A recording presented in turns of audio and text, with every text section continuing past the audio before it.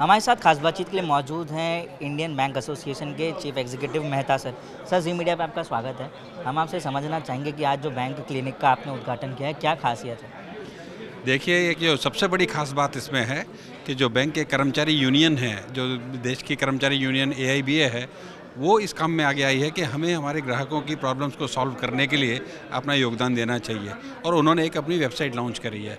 तो एक ये एहसास कि सारे सभी स्टाफ जो बैंक का है वो कस्टमर्स के बारे में सोच रहा है, उनकी समस्याओं को ठीक करने के बारे में सोच रहा है, ये बहुत ही बैंकिंग इंडस्ट्री के लिए एक अच्छा कदम है और इसलिए हम इसका स्वागत करते हैं। जी सर, अगर इंफ्रा प्रोविजनिंग की बात की जाए तो हाल ही में इंफ्रा प्रोविजनिंग को लेकर काफ़ी बातें हो रही थी, तो as an IBA chief executive किस तरह का आपका व्यू है इस पर? देखिए, इंफ्रा प्रोविजनिंग के कुछ प्रोज हैं और कुछ कॉन्स हैं।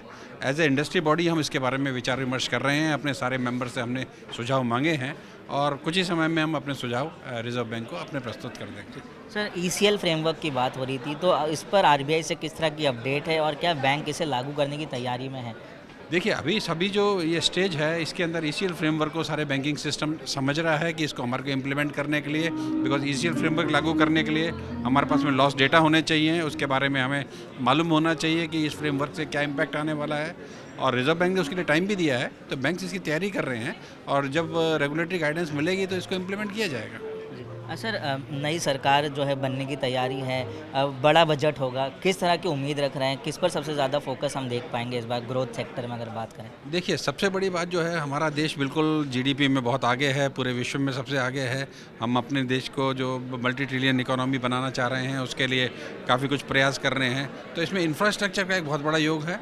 तो सरकार ने बजट में भी प्रावधान रखने हैं कि इंफ्रास्ट्रक्चर फंडिंग और काफ़ी कैपेक्स इन्वेस्टमेंट उससे होगा। प्राइवेट सेक्टर को भी एनकरेज करना होगा जिससे कि वो कैपेक्स इन्वेस्टमेंट करें, क्योंकि कैपेक्स इन्वेस्टमेंट होने से कंट्री के अंदर एम्प्लॉयमेंट जनरेशन होगा, लोगों की बाइंग पावर बढ़ेगी और उससे इकोनॉमिक साइकिल को पुश मिलेगा। तो आई थिंक हमारी सरकार जो है वो इस बारे में पूरा ध्यान देगी, ऐसा हमारा विश्वास है। सर, हाल ही में बॉम्बे हाई कोर्ट ने ऑर्डर जारी किया था कि बैंक्स जो हैं लुकआउट सर्कुलर जारी नहीं करा सकते, तो इसमें क्या आप लोगों ने आगे कुछ अपील की है? देखिए, ये सर्कुलर और गाइडेंस भारत सरकार ने जारी करी थी, और अगर इस बारे में कोई भी कदम उठाना होगा तो भारत सरकार लेगी, क्योंकि बैंकिंग सिस्टम जो है उसकी ओनरशिप भी भारत सरकार के पास में है। तो चूंकि गाइडेंस और सर्कुलर गवर्नमेंट का था, तो गवर्नमेंट इसमें यथासंभव कार्य करेगी। सर, सरकारी बैंकों के लिए कॉमन कॉल सेंटर नंबर्स की बात हुई थी, उस पर क्या अपडेट है? देखिए, जो सरकारी बैंकों के अंदर में कॉमन कॉल सेंटर का जो काम है, ये प्रोजेक्ट हमारा आगे प्रोग्रेस कर रहा है।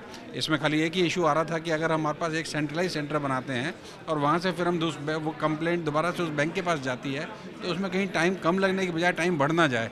तो उसके लिए हम टेक्निकल सॉल्यूशंस वर्कआउट कर रहे हैं, और जैसे ही कोई सॉल्यूशंस हम अच्छे से वर्कआउट करेंगे, इसको हम इम्प्लीमेंट करेंगे। सर, अगर फ्रॉड की बात की जाए तो साइबर फ्रॉड जो है बड़े पैमाने पर देखा जा रहा है। हाल ही में RBI की रिपोर्ट में भी जो है उसको दर्शाया गया था, तो उसे निपटने के लिए किस तरह की जो है कार्यक्रम हम देख पा रहे हैं? देखिए, सबसे महत्वपूर्ण प्रयास है इसके अंदर कंज्यूमर अवेयरनेस। जैसा आज भी आपने देखा होगा कि इस कार्यक्रम में इस बारे में चर्चा हुई कि कंज्यूमर अवेयरनेस क्रिएट करना, क्योंकि एक पढ़ा लिखा आदमी भी कई बार छोटी छोटी बातों में झांसे आके, छोटे से लालच में आके अपने बैंक की सारी पासवर्ड, बायो डिटेल्स और दे देते हैं, और उसी कारण से उनके अकाउंट से पैसा निकल जाता है।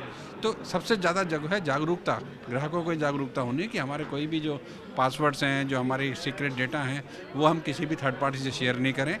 दूसरा, जो बैंकों के पास भी सिक्योरिटी सिस्टम्स हैं वो ऑलरेडी काफ़ी स्ट्रांग हैं, उसको भी वक्त के साथ में इम्प्रूवमेंट करता चलना पड़ेगा, क्योंकि आने वाले टाइम में जितने भी नए फ्रॉडस्टर्स होते हैं वो नए नए टेक्निकल विकल्प लेके आते हैं, और उसको प्रोटेक्ट करने के लिए बैंकों को भी कंटिन्यूसली इसमें टेक्नोलॉजी में भी इन्वेस्ट करना पड़ेगा और मैन पावर को ट्रेन भी करना पड़ेगा। सर, जाने से पहले आखिरी सवाल, क्या आने वाले दिनों में हम देख पाएंगे कि ब्याज दरों में किसी तरह की कटौती जो है वो होगी? देखिए, ब्याज दरों का सीधा सीधा संबंध मुद्रास्फीति से है, और जो अभी अपने को इंडिकेशन मिल रहे हैं, देश में मुद्रास्फीति कम हो रही है। अगर मुद्रास्फीति इसी तरह से कम होती है और कंट्रोल में रहती है तो ब्याज दरों में कमी आ सकती है। जी सर, हमसे बात करने के लिए, अपना समय देने के लिए बहुत बहुत धन्यवाद।